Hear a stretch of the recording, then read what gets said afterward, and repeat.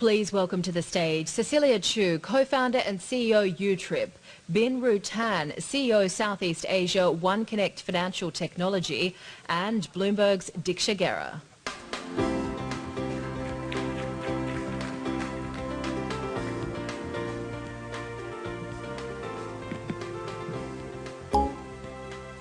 Well, so we left the best for the last. I want everyone to use their imagination now and imagine a day when you don't need your wallet, nothing at all. Women's handbags will definitely find more space for makeup and for that pair of no-heel shoes. Imagine a day where bankers are actually technologists from SUTD and not finance graduates from SMU.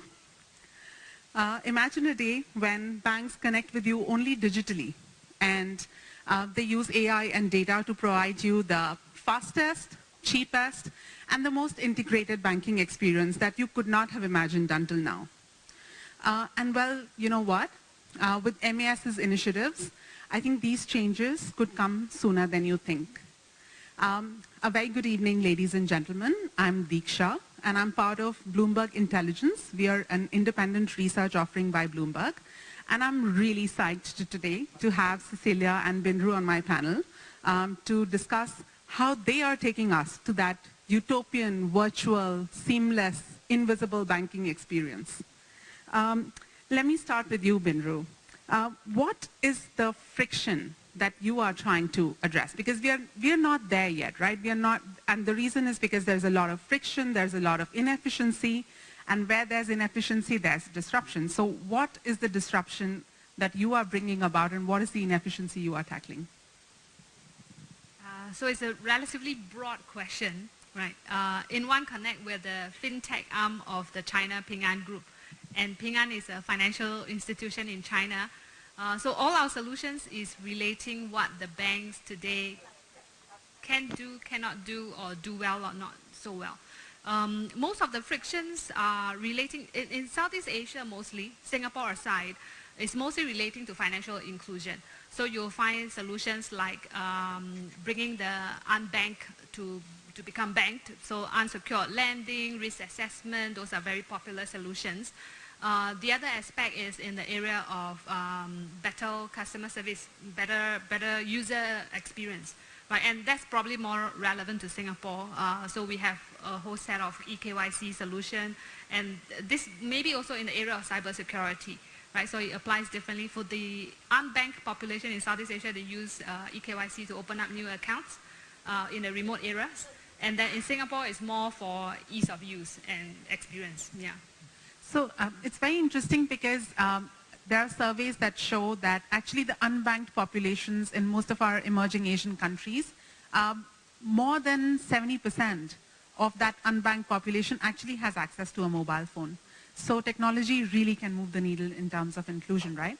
But so we've heard about a lot of disruption on the retail side. I know One Connect is doing a fair bit on the SME space as well, right? Bankers have not done their job well, so you're kind of pushing them along on that. Can you talk to us about that?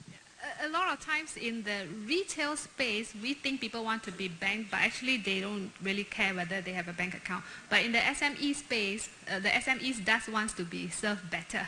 So in a lot of countries, SMEs are not served well due to many reasons, different processes, etc.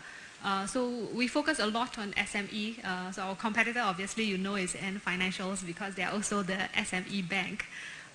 We do a lot of SME one-stop shop service platforms, financing solutions, etc. So in China, we have a platform just for SMEs and micro SMEs. In Southeast Asia, we're building one in Philippines, one in Malaysia, one in Indonesia coming up. So the larger vision is to have SME financing platforms in every single Southeast Asia countries that will ultimately talk to each other. Yeah, but of course, we're not there yet today.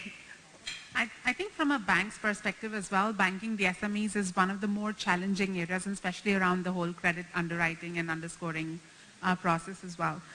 Before I move on to you, Caecillia, I know you're going to talk about payments. So I want to poll the audience before that. Please bring out your phones. And yes, I want you all to be part of this panel. So The first question, what form of payment do you use while you're making purchases of less than $35 at a store?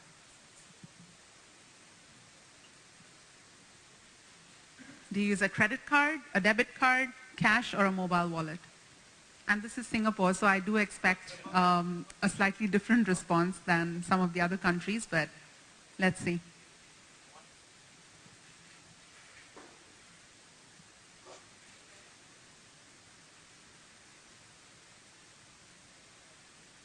Interesting.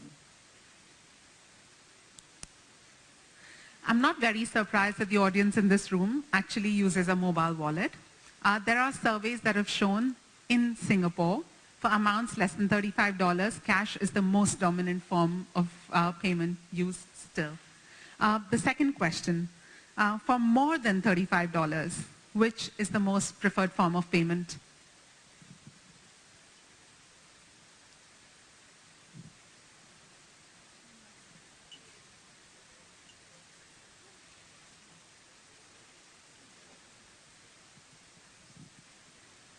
Yep, very clear answer, credit cards.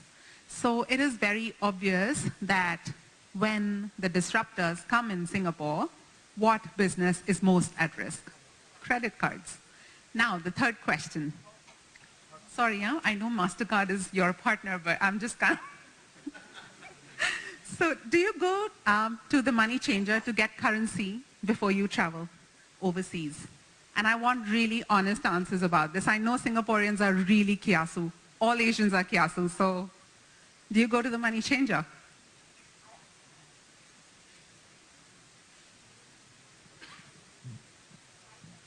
For those of you who are trying to bluff me and tell me you use credit cards, can you tell me how much fees do you pay on your credit cards? Well, the answer is still very clear, right? It's majority people will go to change currency to a currency changer, possibly in the CBD or closer to home. So yes, now you can tell me, Caecillia, what is the problem that you are trying to address? Sure. These are really interesting poll results. As a company, we actually focus on the cross-border e-payment space.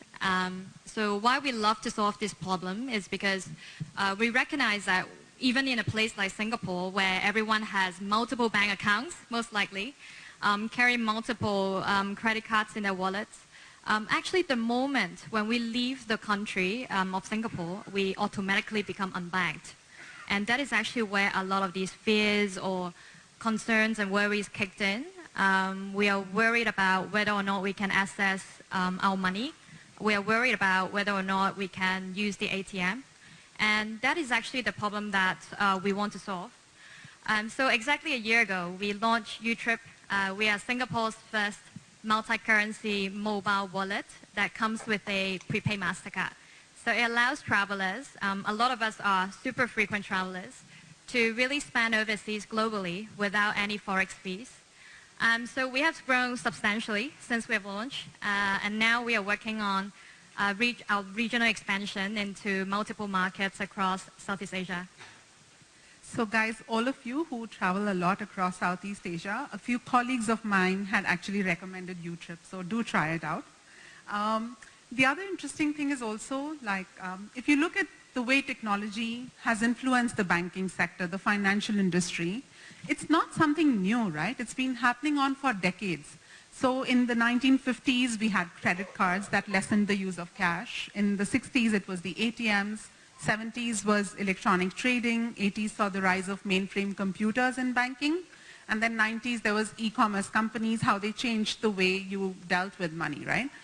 Then why are we so fixated about technology again in the last few years, right? And I kept wondering about, like, how come this is like the nth fintech panel that I'm attending and moderating, and people are still sitting in the room like 8:40 in the night? The problem is that the pace at which we are going, every single step we take from here, the impact is exponentially bigger and exponentially faster. So much so that we actually go into completely uncharted territories. And if you don't catch up fast enough, you're at the risk of not just falling behind, but actually going extinct. So what I wanted to hear, and let me start with you, Binru, like, What exactly is the new technology that you think from here on will completely change the way that we are going to bank, or the future of the banking industry? For home, I think the virtual banking licenses is going to be issued very soon.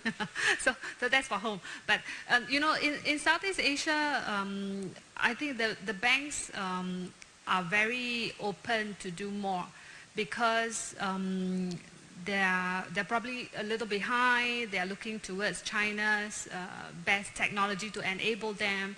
And out of good faith also, China has invested in a lot of Southeast Asia countries, making Chinese tech very well acceptable. What we see is that in a lot of areas, even innovative new tech, the banks are willing to try, right? And this is different from Singapore, unfortunately. Like, for example, for unsecured lending, if you have been in Myanmar recently, you'll realize that the Central Bank of Myanmar recently allows the banks to start unsecured lending. But the Burmese banks doesn't know how to do unsecured lending at all, right? And so where to get the data, especially in Myanmar, you don't even have people's IDs, not to mention, so there's no credit bureau, there's nothing for you to check. But yes, you can do unsecured lending and people are getting excited about what do you do. So we have a technology that's called micro-expression analysis. It basically builds on top of a remote interview. So someone who wants to take a loan in far away in Myanmar, by the way, Myanmar is actually quite a big country, 50 million population. The largest bank in Myanmar tells me that just building branches around the country will bankrupt him basically. So he's not going to build branches, right? So everybody will take a loan via a video interview. And what we've done is that we've built a micro-expression analysis on top of that interview that analyzes your emotions as you answer these questions. Why do you need to take a loan? Where's your house address? You know, how are you going to repay back, etc., etc. And it analyzes and picks up signs of anxieties. Right? It doesn't tell the loan assessor that you are lying. It just tells the loan assessor that you are showing some red flags of anxieties. And this is a form of scoring. It's not the only data point to decide if I should lend you money, because you have to have other data points. But it's one of the newer tech that the Southeast Asia emerging countries are very open to. Yeah. She's just softening the blow by saying that's not the only factor. By the way, in India, SBI actually launched this feature in their branches where they will look at facial recognition and figure out whether you had a good banking experience at the branch or not. So that's another interesting, like, you need to watch what you're giving out by facial expressions now. So don't just worry about your data, Malika.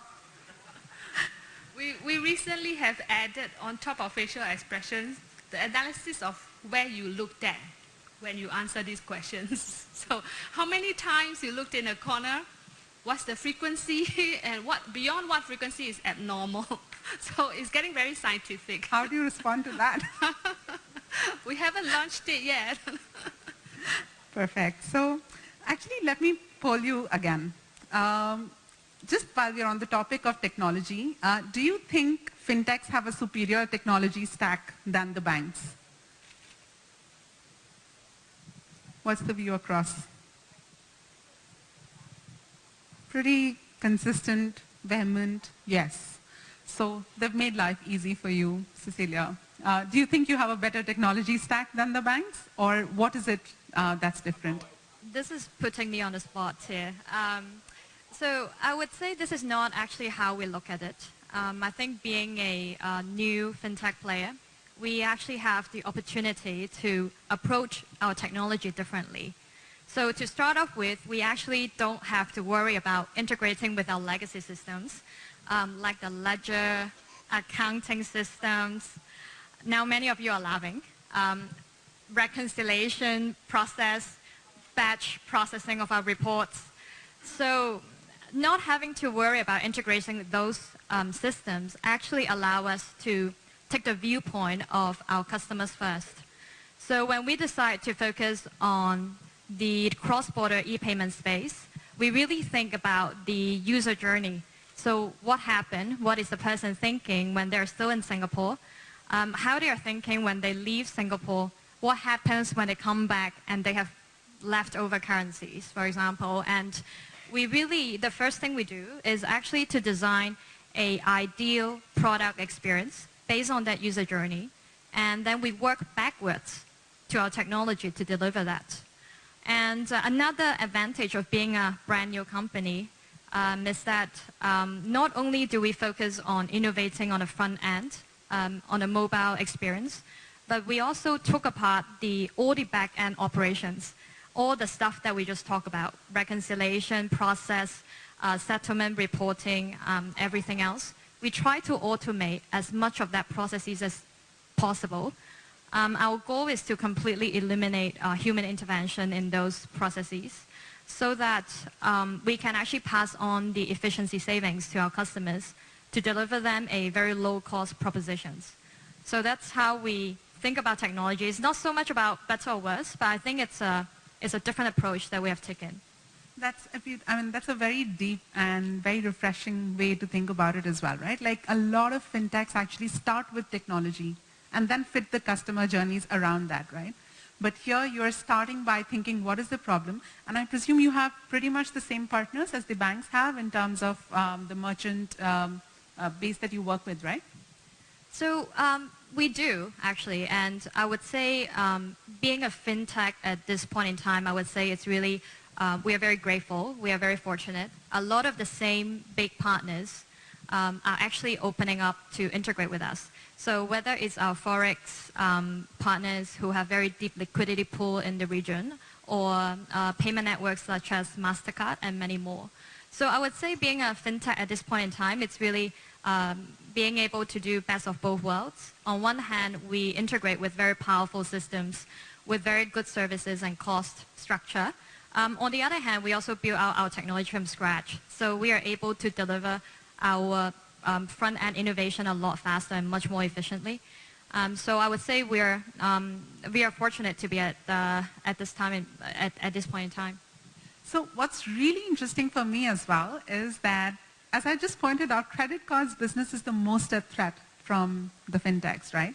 And here we have a company which is like MasterCard's trying to self-disrupt itself. Like that's how I'm reading it. So, Binru, you have a different view, right? Like in terms of the tech stack itself. I remember you said that, of course, we have a better technology stack. So, share your thoughts. I'll first maybe answer, because I serve financial institutions. So I'm a fintech that is not really starting from a tech perspective, because in One Connect, we only sell solutions that's been deployed within the Ping An group. So we first have to test it out within our own bank to make sure it works before I can commercialize the product. And that means that I cannot construct a product without considering legacy, without considering how regulatory requirements of the banks. And we feel this is our unique value proposition. But having said so, many fintech solutions, if they don't do this, they don't go through this, they will be lighter, faster, more agile. But the bank solutions are tested for scale, they're tested for robustness, which is maybe something the fintech solutions don't have at this moment. Of course, the age of the solution is different. That's why the newer tech will be newer. I'll give you one example, like when our very first mobile app that we want to deploy within the Ping An Bank couldn't work for us. And the reason is because it had a hard time integrating to the legacy core. And we spent a lot of money. In the end, it was not commercializable at all, because it was just too expensive to make it work with the legacy. And so we created our own cloud-based lightweight core to bundle it with our mobile banking app. That was our very first version. And then, of course, we asked the customer to buy both. And the customer will go like, why do I need another core? I already have one, thank you, you know. And then we don't have a choice, so we bundle it and we say that, here, take the core for free, you know. You don't just live with one core, you can have another one, you know. That was our first version. And then, but today we have matured it in such a way that it could work beautifully with a lightweight base core that we now today sell a lot to the virtual banks. So I think we've come along a journey, even though One Connect is 5 years old. The fact that we've gone through a painful journey deploying it internally make us understand a financial institution's requirements much better than a usual fintech. Yeah. So you've come a long way, and I think the banking system has also come a long way towards you, right? I think like from within my coverage, and I look at the Southeast Asian and a little bit on the Indian side, The bank's awareness of the fact that they need to be more open banking compliant and they need to have a more agile form of technology, right? So that is also really changing the way they are approaching technology, and they're a lot more open to partnering with fintechs around that as well. Just moving on to the next section, which I think is something that we've discussed in the panels before us as well, data. I know both of you are going to shy off from really opening up, but this is a closed door setting, so I really want to hear more candid views around data and how you think that is going to sway the competitive landscape completely. So before that, can I just quickly poll the audience again? Who do you think has more customer data? Is it the banks or is it the fintechs?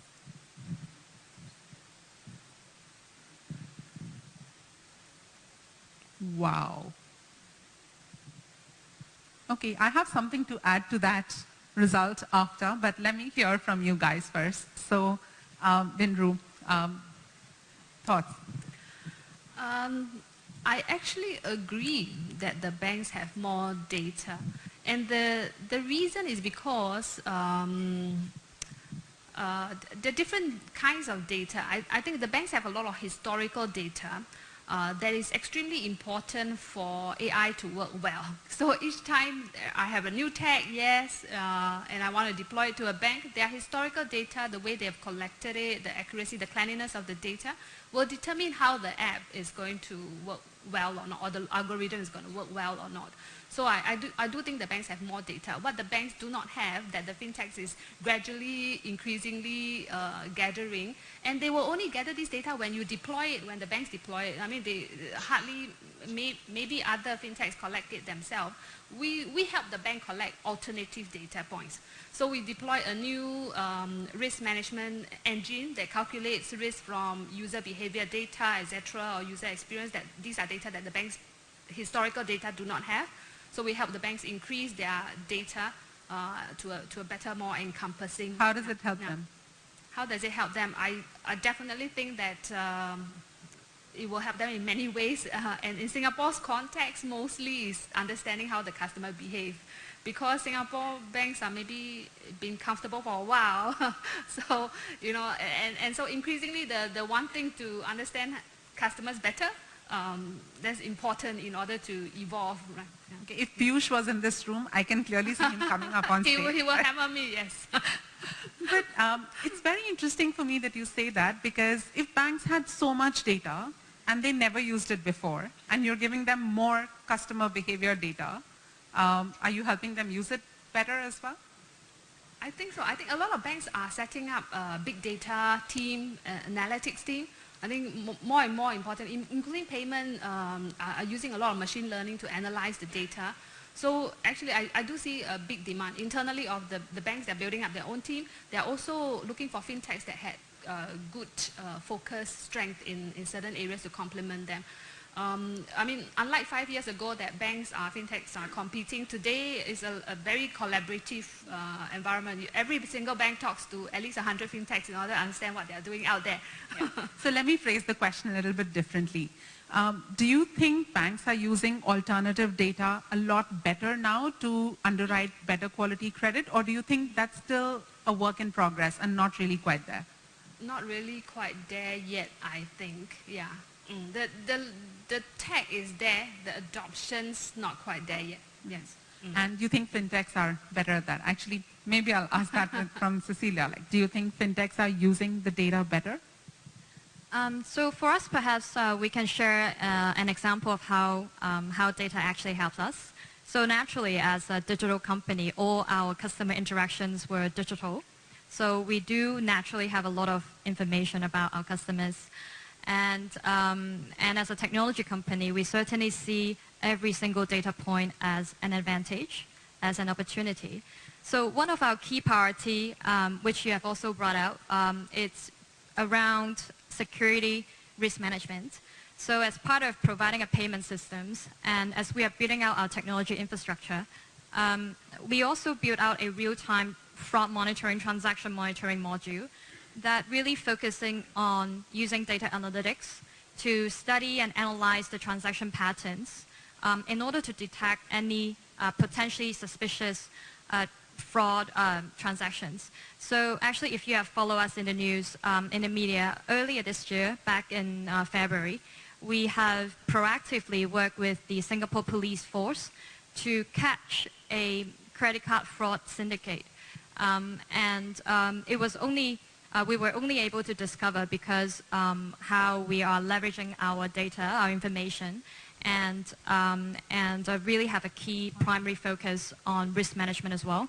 And of course, having a very safe program for all our users will continually be a key focus of how we think about our technology.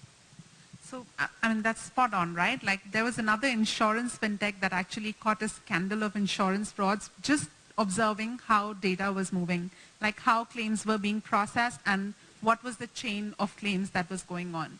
So, to the point of the survey, it's very interesting for me that startups, such as, say, for example, Grab, are masking some of that data and depriving the banking sector from some of that data. So say, for example, you use your wallet to hail a ride or to pay for food or to order food at home using a Grab app. And the bank that issued the card that you used to pay will not see where you spend that money. So these fintechs, some of them are actually incrementally masking information from the banking sector, even though the money is still with the banks. So it's very interesting how data dynamics could actually sway the competition in favor of whoever has the closest access to data. I think we're closing the time is kind of coming to a close. So I just want to ask you guys, what is the one main thing that you want everyone in this room to take away from our panel today? Let's ask Vinru first. There's been and earlier in the poll, there's been a lot of talk about Singapore being known and best to position Singapore in terms of governance, privacy, security of the data. I would leave one point with the audience is that we are already very strong in that space. Further strengthening this space will probably make us shy away from the latest tech. So we want to make sure that embrace the new tech in order to guard against it, you know, embrace the new tech with lots of cautious diligence on data privacy, but embrace it so that we're not left behind. Fair enough. That's a very fair plea. Caecillia? So I think with all the new regulatory developments and so forth, I think the business model of banking in the next 5 to 10 years will be dramatically different. And I think that's why today, what we are really focusing on is actually to build an incredibly strong consumer brand within financial services. And the way we measure ourselves, the metrics that we give ourselves is actually on user engagement. And it also means that we actually don't really care how much money does the user keep in the wallet, in the balance at any point in time. We actually don't really care about that. What we care about is how frequently do they interact with our mobile app? How many times do they transact? And we particularly like payments as a product because I think on average, anyone would need to pay for things quite a few times a day. And also we measure how many times does, or how much interaction with the user has with us in our community events, both online and offline. To us, it's really about building the brand, really about gaining customer trust. And also, over the long term, we believe this will help us to build a strong consumer franchise within financial services. And that is where we are focusing on today. Okay. Did you hear the song? I don't have money on my mind, money on my mind.